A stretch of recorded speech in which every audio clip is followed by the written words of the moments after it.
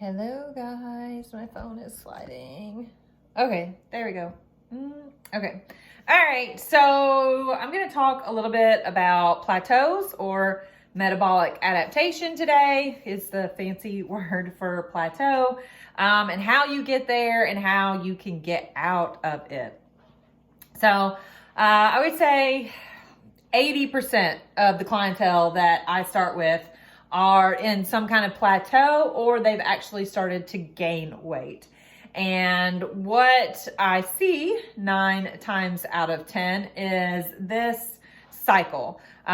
Super low calories through the week, high levels of activity of cardio, mostly, not a lot of resistance training.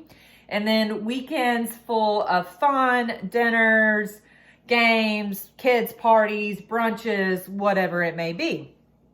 So what they've done in general is by riding the low calories through the week, and I'm talking 11, 12, 1300 calories through the week, they have over time basically ramped down their metabolism. So their overall, what we call your TDEE, total daily energy expenditure, is lowered because the energy, food coming in or through the week is very, very low. So your body is always trying to become the most efficient thing that it can. So what it will do is it will ramp down all of the energy processes to meet the level of food coming in, which is very low. So we have this lowered metabolism because over time of each week doing this cycle, we have ramped it down. And then we have the high calorie weekends. So what happens on those high calorie weekends is that energy gap, that food gap from the low calories through the week to the high calories on the weekend, we then store that calorie differential in our fat cells. Your body kind of holds a reservoir, a reserve of energy to use because it knows that you keep going to these low energy calorie days the rest of the time. So it's having this reserve to protect itself from those low energy days. So what you see typically either is a plateau. Maybe initially you started losing weight because of the reduction in calories. You thought, okay, I'm going to do super low calorie days and a lot of cardio and I'm going to lose weight. And maybe initially you did, but it didn't last and you plateaued probably pretty quickly. And then if anything, you probably started to put on some weight. And that is why you started to put on some weight. The reason you plateaued very quickly, again, is one, the low calories. The body ramps down all the metabolic processes to meet the level of energy, food coming in. 2, if you're doing cardio, again, your body tries to become the most efficient it can at what you're doing.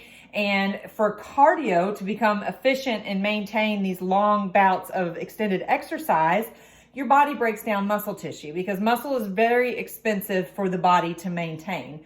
That's why you have to lift weights and eat a lot of protein to maintain those tissues in the body. And if you're not doing that, your body is going to break down those tissues because it thinks that you're going to keep asking it to do these long runs or these long bike rides or these long swims or these interval type training classes that are, even though you're using weight, it's still cardio. It's cardio because you're going for time and it's not slow, controlled, and you're not progressively overloading the muscles with the weights. You just can't in that type of workout. And if you did, you probably end up hurting yourself like another type of workout, which I'm not going to talk about, which progressively overloads muscles for time in a fatigue state. And that's why we see a lot of injuries in that type of workout. But anyways, so your body has become efficient and it's ramped down all the processes, which ramps down your metabolism. So over time you plateau and then you start to put the weight on. And then what do you do again? You go even lower with calories and you increase your cardio even more, thinking if it worked once, it's going to work again. And you get yourself into this horrible cycle. And then you end up having gut issues, you have hormone issues, and it trails on to a lot of other different things.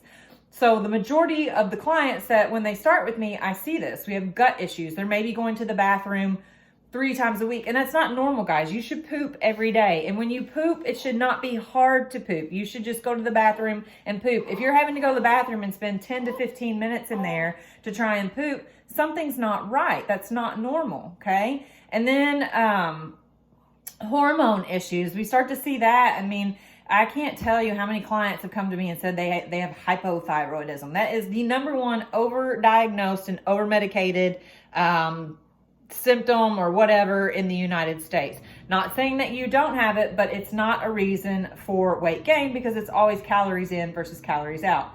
Does hypothyroidism lower your TDE, your total daily energy expenditure? Sure, but you can still, it's a workaround. It's an easy workaround, and you can actually, and I have actually seen in a lot of my clients, when we work on increasing their food and we bring in resistance training, we do things correctly, that the thyroid kind of resolves itself. And most of the time you see it, it's because most of these people are eating low carbs, because you hear low carb is the way for weight loss, and you need carbs for proper thyroid functioning. So it's not true, and it's not the way that it should be. And that's in general. I'm not saying there are specific cases, obviously, but in general, I see that a lot. And a lot of the female clients that I work with, it resolves itself when we increase calories and we resistance train and we heal the gut and we heal the hormones, and they're going to the bathroom every day and they're properly hydrated and they're taking care of themselves.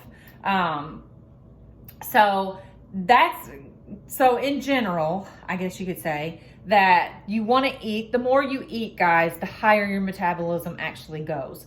Now you have to do it specifically and in a certain way. So you don't want to be, if you're currently right now eating 1,200 calories a day, you don't want to start eating 2,000 calories tomorrow. You have to slowly ramp up to that amount to let the body adjust, so that you don't, that 1,200 to 2,000, that 800 calorie gap right there, you don't store as fat, right? So we want to build as much lean mass with the little fat mass as possible. And we do that by being very intentional with our calorie gains. You also want to resistance train, guys. Resistance train. I know guys don't have any issue resistance training. So many females do, and I think it's getting better now that they think that they're going to bulk up if they resistance train. If you bulk up when you're resistance training, it's due to your diet. That means that you are in a calorie surplus and you are putting on weight. Now, surpluses are good if they're done intentionally. That's the only way that you can put on muscle, is to be in a surplus.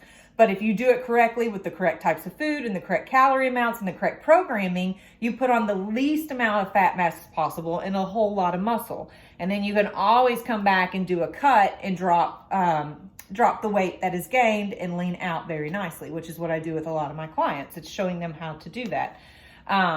But again, if you start lifting weights and you start bulking up, putting on fat and getting thicker, it is because you're in a calorie surplus. It is not weightlifting. Weightlifting is the only thing, tried and true, that will give you lean, I shouldn't say long because everybody's muscle lengths are different, but lean mass, okay? And the more lean mass you have, the higher your metabolism is. So the more muscle you have, the higher your metabolism is. Also, there are tons of studies directly relating the length or the longest life to live, or I just cannot speak, guys, forgive me. But living a long life is directly related to the amount of muscle mass you have, okay? So having good, strong muscles, doing resistance training is great for bone health, muscle health, mental health, physical health, everything across the board. So you will not get big lifting weights. If you are, it's because you're eating more than what you're burning. And that's an easy fix, again, depending upon what your goals is. So I hope that's helpful. That's some of the stuff, that is a lot of the stuff actually, that I work on most of my clients with, is getting, first and foremost, we get healthy. We get you going to the bathroom every day. We get you feeling good, get your energy level up, get your sleep improved, get you properly hydrated, all of that stuff first and foremost. And then depending upon where you are, whether we have to do a reverse diet or we can go straight into a cut, that just depends on the individual client. Then we focus on that stuff. But you got to get healthy first, guys. And most of the time you'll see by getting healthy, you start to have some weight loss as a byproduct because your body responds to it and it starts to push out some of the inflammation and the water and the bloat that you've been holding on to because it hasn't been happy. So again, yeah, if you have any questions, let me know. But this is the stuff that I work on with my clients, and I would be happy to help you. I'm working on building a new program where I can take clients on one by one versus in my sessions going forward. So stay tuned for that.